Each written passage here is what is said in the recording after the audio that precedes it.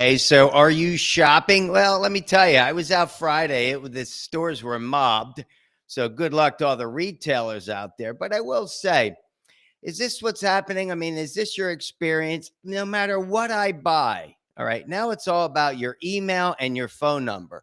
Well, I mean, no matter what you do, if you give up your phone number or your email, you're getting contacted. Like, it just keeps going. They keep contacting me to buy more stuff. I mean, I went to this 1 day spa recently. They called me twice. I had to pick up the phone and say, listen, I'm not coming back. Not in the near future. But yeah, you're getting inundated. It's all about just hounding you. So that's my experience with Cyber Monday. But we've got a good show planned for you today, number 211. And first, I want to congratulate two teams, two of my favorite women's volleyball teams. Number one, Nebraska Cornhuskers. You guys see that? They finished the season 30-0. That's the third time in school history they did that. They went 20-0 in the Big Ten Conference. That's like the best conference. So they're teed up. They play on Friday night against who they play? Long Island.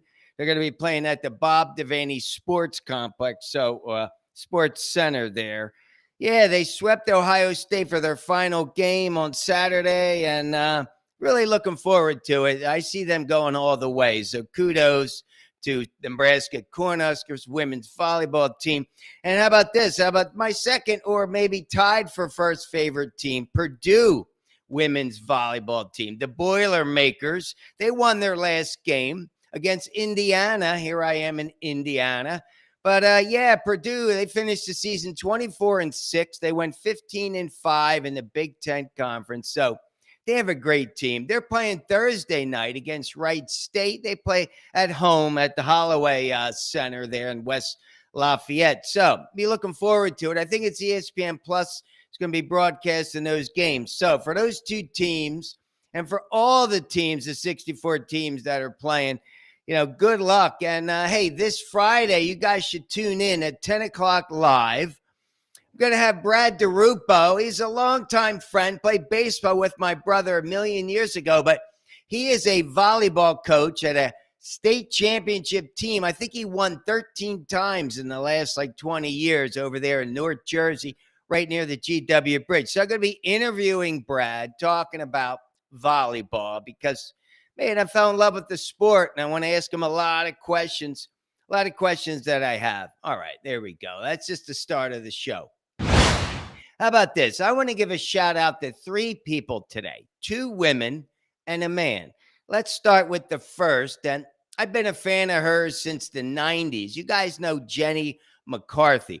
Let me tell you, model, actress, TV host. She was a figurehead or became a figurehead for autism advocacy. So let's talk serious now because Jenny McCarthy, she's 53 years old. She's 10 years younger than me. Well, I'm 62. So 20 years ago, all right, 20 years later, let's say, she's vindicated by the CDC, who dropped their definitive position that vaccines do not cause autism. I mean, I'm glad for that. The MMR vaccine, I mean, you guys can read all about this, but it's part of the reason why her child, who was 2.5 years old at the time, 20 years back, was afflicted with autism. And I have a very, very dear family friend and someone close to me who has a son with autism who believes the same, that this MMR vaccine contributed to it.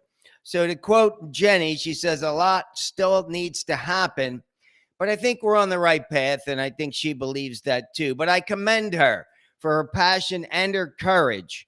And, she wrote this book. It's a New York Times bestseller. You want to learn more about it. It's called Louder Than Words, A Mother's Journey in Healing Autism. I mean, you could buy it on Amazon.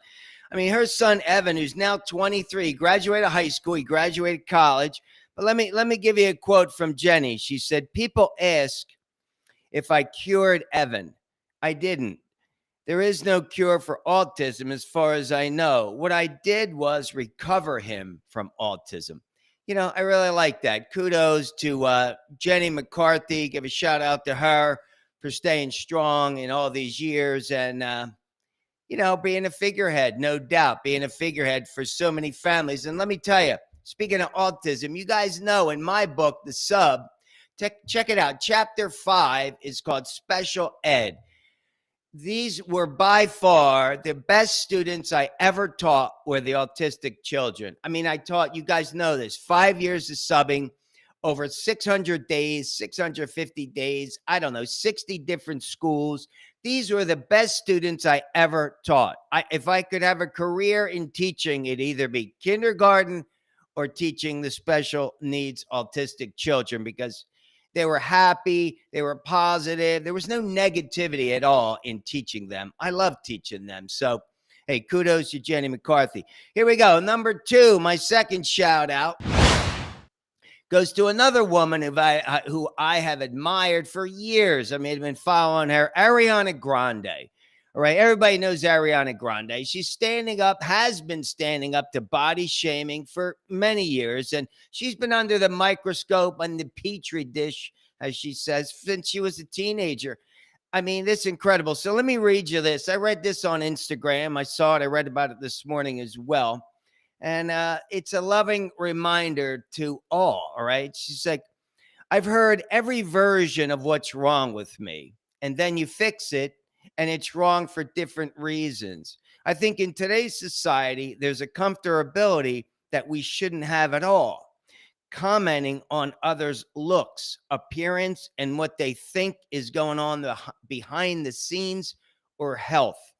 You know, that's a problem with the world today, right? Everybody's got something negative to say. You know, I'm more active now on the social media, and let me tell you, it's all about, you know, I've seen more women wearing bikinis or less than bikinis. Like, what is up with that? You know, back in my day, you know, we used to read Playboy. I mean, it was a good magazine and it was done with class and elegance. Now it's like, you know, tits and ass is what it's all about. And you get the views and you get the followers. And I mean, some of these women, you know, that's it. You got like 1,000 photos of them wearing a different version of a string bikini. I don't know. Getting back to Ariana, 2 years ago, you know, she posted on TikTok asking people to stop talking about her body. I mean, hey, you know, everybody else should go look in the mirror and look at themselves, because it's all about, you know, it's too much, again, too much negativity. And this whole bit about the body, you know, all this kind of bullying makes no sense to me. You know, you should take a look at yourself. I really think everybody should be gentler. Let's, you know, it's all about other people's body, right? It's too much. What about having more compliments? Be kind. This is what I teach these kids in school. I mean, there's so much bullying going on, even at this young age. I see these young girls fighting in 4th or 5th grade. It's unbelievable. But, you know, you got to protect yourself from all the noise, especially if you're a celebrity who's scrutinized day in and day out. But kudos to Ariana Grande, because, hey, you know, it's your life, and stay strong as always. And hey, good luck with all that. Here we go. It's a tough situation, guys. That's a tough topic. I get it. You know, it's all about beauty. What I believe is another day, another workout. Focus on yourself. Focus on your health. For those in the other category, the obesity, hey, eat to lose. You guys saw that, because anybody can. All right, let's do this. Here's the third shout out. And I will say, I'm going to start with a quote. And that shout out's going to be to me, and I'll tell you why in a second. But here's a quote from James Baldwin. Rest in peace. He passed away 38 years ago today. He's a 20th century novelist, playwright, poet, and civil rights activist. He was key during the civil rights movement. You guys know when that was? 1954 to 1968. All right. He said this: not everything that is faced can be changed, but nothing can be changed until it is faced. No doubt. And that leads me to myself, because today marks the completion of the 18th year that I've been alcohol free. No kidding, guys. You know, it was December 2nd, 2007 that I had my last sip of alcohol. That means exactly 6,570 days, including today, that I haven't had any alcohol in my body. Well, let me tell you something.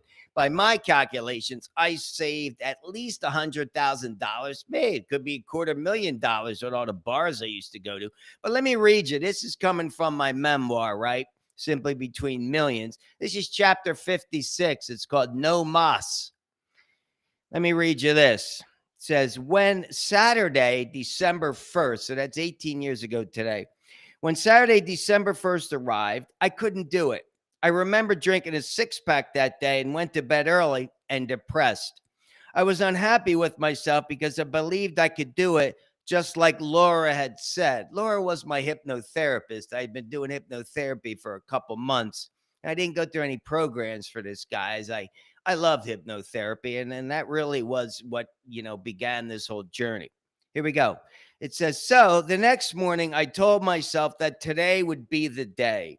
And just like the resolution I made to myself to become an actor when the real estate markets crashed, I would stick to my guns. I also decided I should go out with a bang, or shall I say, a buzz. So I waited until noon, then went to the grocery store and bought a bottle of Chianti. Interestingly, my grandfather, uncle, and mother drank Chianti, so I thought it suited the occasion perfectly.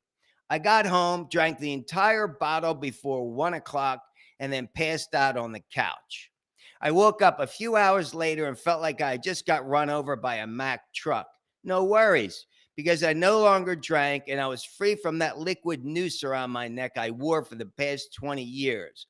Although it would take another month before I was completely free from beer and alcohol cravings of any sort, I would never drink again, and I haven't. That's it, guys. You could do anything you set your mind to, without a doubt. Like I said, 18 years. And let me leave you with a quote that I said. And I want to give a shout out to Laura. I don't know if she's watching, but this is many years ago. And I loved hypnotherapy. I really did. Like I said, I didn't go to any other programs or anything. And in this book, chapter 43, it's called Intervention.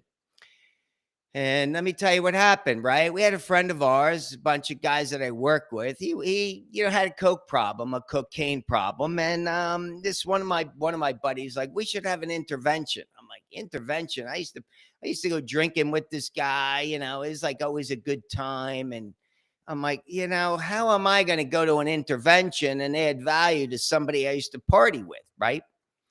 But this is what occurred. We went there and I don't know, 10, 12 guys sitting around. And I said, I want to go last. So everybody went and spoke their piece. And the guy kept saying, I don't have a problem. I don't have a problem. Guys, I don't have a problem. So I get up there and I say, it's exactly what I say. I said, I don't know what it means to have a problem. But what I do know is this. Those that don't have a problem don't do it every day.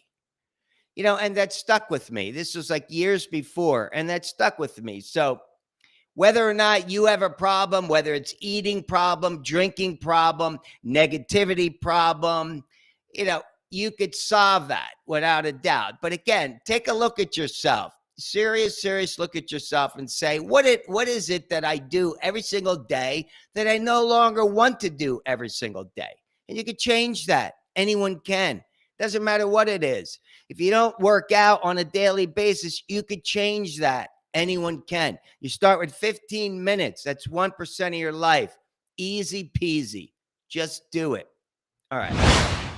Let's get into something a little more lighter here, because I've been reading a lot about this remote work, right? And it was never a thing back in my day. It became a thing with the whole COVID, which that's a whole nother, the whole vaccine thing.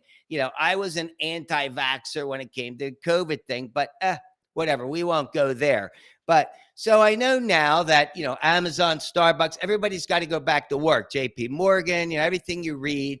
I guess these younger kids, they kind of grew up coming through the market of remote work and sitting in their pajamas and their slippers or whatever they're doing. But here we go. I looked this up, Quartz. Now, QZ.com is where I get some news. It's an independent, nonpartisan, non-ideological news outlet. I get that from their site. But I like reading Quartz, so shout out to them. So they wrote this morning, it says, the 10 best cities in America for remote workers next year. So It's a strong mix of affordability and quality of life. And go figure, I lived in a lot of these cities and nearby to these cities. So here we go. We'll start with number 10. Denver, Colorado. Live there. 25% of people work remotely in Denver. It's a high walkability score, which it is, easy to get around Denver, which the average rent is $1,731. Pretty good. That's number 10. Number 9, Alexandria, Virginia. Didn't live there, but thought about it. 20% of people work remote. It's the median income is over 85,000. So it's a really high median income. You guys know what median is. If not, look it up. The average rent, though, is about $2,000 a month. So a little pricier, but they have 459 entertainment venues within that market. Go figure. Number 8, Berkeley, California. Been to Berkeley, lived in San Francisco, so it's close there. 31.5% work remote. It's one of the highest, actually. So average rent's pricey, though. It's pricey over there, $2,765, but it's very walkable. It's a beautiful town, actually. And you have 85 entertainment establishments nearby. So Berkeley's number 8. Number 7 and number 6 are right near me. Number 7 is Fishers, Indiana, which is about maybe 20, 25 minutes from Indianapolis. That's also where the Indy Ignite play. That's a professional volleyball team. So I'm going to be watching them come January. Go figure. I tell you, I fell in love with volleyball. I love this sport. I mean, you talk about women being fit. Unbelievable. So Fishers, there's 26.5% remote workers. Median income is $70,000. It's a nice town. Average rent, though, is good, $13.89 a month. That's really good. Number 6 is Carmel, Indiana. Carmel is 24% remote. They're right next to each other. Fishers and Carmel are real close. Carmel's gorgeous. I mean, I go shopping up there on the weekends. 24% remote. Median income, $72,000, a little bit higher than Fishers. And the average rent's a little higher, $14.51 a month. But again, guys, that's a beautiful town. Like I said, 25, 30 minutes north of Indianapolis. All right, number 5, Sugar Land, Texas. You know, been there, but never lived there. 25% work remote. Median income, $65,000.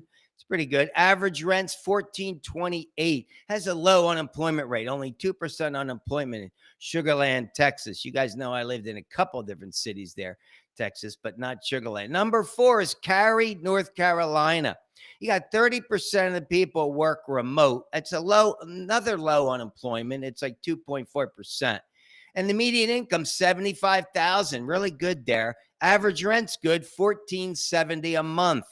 How about this? Boulder, Colorado is number 3.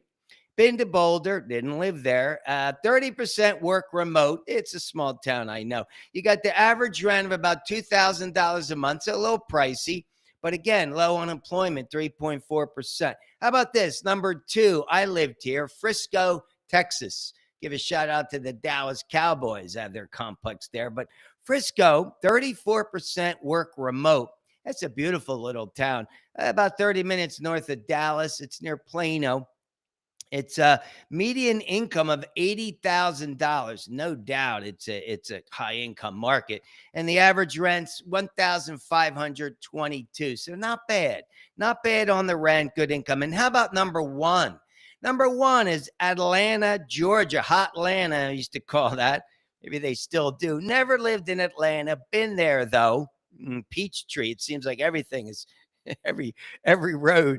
So Atlanta is 26% remote workers, and the median income $60,000.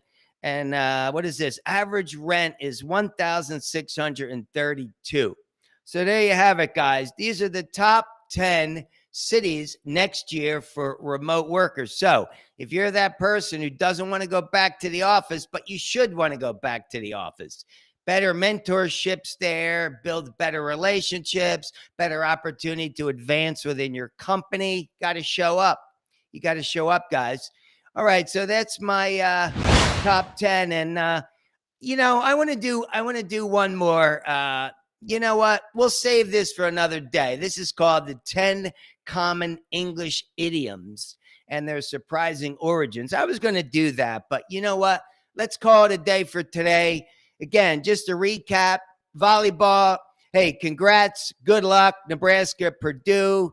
To the women that I gave shout outs to, Jenny McCarthy and Ariana Grande, keep doing what you do, girls. You rock it. And to myself, I'll keep doing what I do. Can't wait to get to year 25. And for all of you, find something that you want to change in your life and make it happen. And as always, guys, on a daily basis, get your workout in. Peace.